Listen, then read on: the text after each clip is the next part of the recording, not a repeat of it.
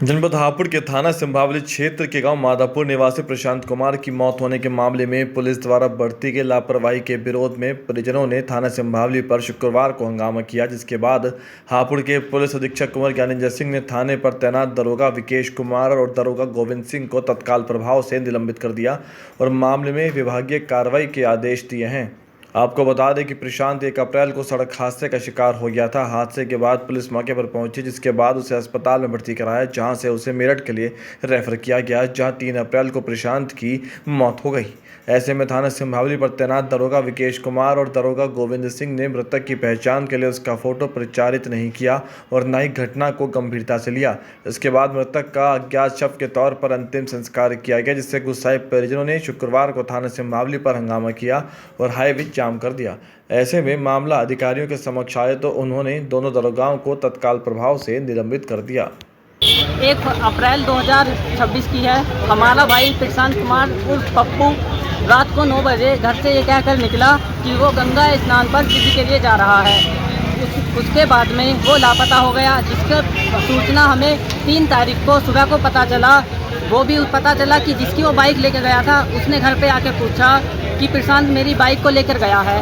हमने उससे मालूम करा, हमने इधर उधर देखा, जिसके साथ में वो हर बार जाता था उससे मालूम किया तो उन्होंने पता चला कि वो उस बार नहीं गए हैं गंगा स्नान के लिए।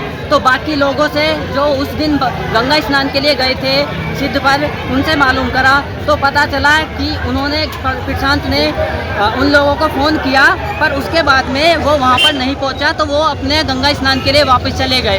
तो उसी के बाद हमने 4 अप्रैल 2026 को आकर थाना सिंभावली में अपनी तहरीर देने के लिए आए, जो हमें यह कहकर लौटा दिया कि अभी एसएचओ साहब यहाँ पर नहीं है तो आप कल आना।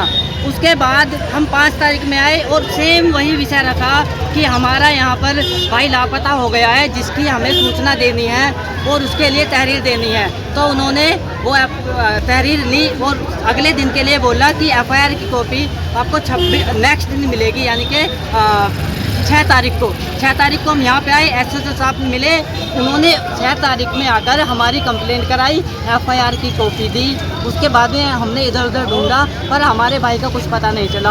आज 10 अप्रैल को सुबह पता चला, थाने से फ़ोन आया और फिर पता चला कि एक अज्ञात व्यक्ति जिसका एक्सीडेंट 1 अप्रैल रात्रि 9:30 के आसपास सिखेड़ा के मंसूर जी की फैक्ट्री के पास में हुआ था, वो सिखेड़ा सीएचसी से मेडिकल के ट्रांसफ़र किया गया था। मेडिकल जाने के बाद में जैसे ही जांच पड़ताल की दरोगा साहब ने तो और उनका फ़ोटो भेजा, तब जाके हमने क्रॉस चेक किया कि हाँ यही हमारा भाई पप्पू उर्फ प्रशांत है, जो हमारे घर से रात को 1 अप्रैल को निकला था। और इस चीज़ की जानकारी पुलिस विभाग के तो एक एसआई और 2 कांस्टेबल को थी। एसआई का नाम गोविंद जी है और जो 2 कांस्टेबल थे उनका नाम हमें पता नहीं है, वो अज्ञात में है। उन्होंने सीएचसी में से जाके उनको ट्रांसफ़र कराया मेडिकल के लिए। अब हमारा मानना ये है कि जिस टाइम पे हम यहाँ आए तो हमें ये सूचना नहीं दी गई कि हमारे यहाँ पे एक कंप्लेंट आई है जो अज्ञात में है, और अब हमारे भाई का डेथ हो चुकी थी 3 अप्रैल को और उसका अंतिम संस्कार भी अज्ञात में कर दिया गया है, जिसकी हमें डेड बॉडी नहीं मिली है। हमें ये चाहते हैं कि जब 1 अप्रैल को पुलिस को इस बात की सूचना थी तो हमें वो चीज़ क्यों नहीं बताई गई।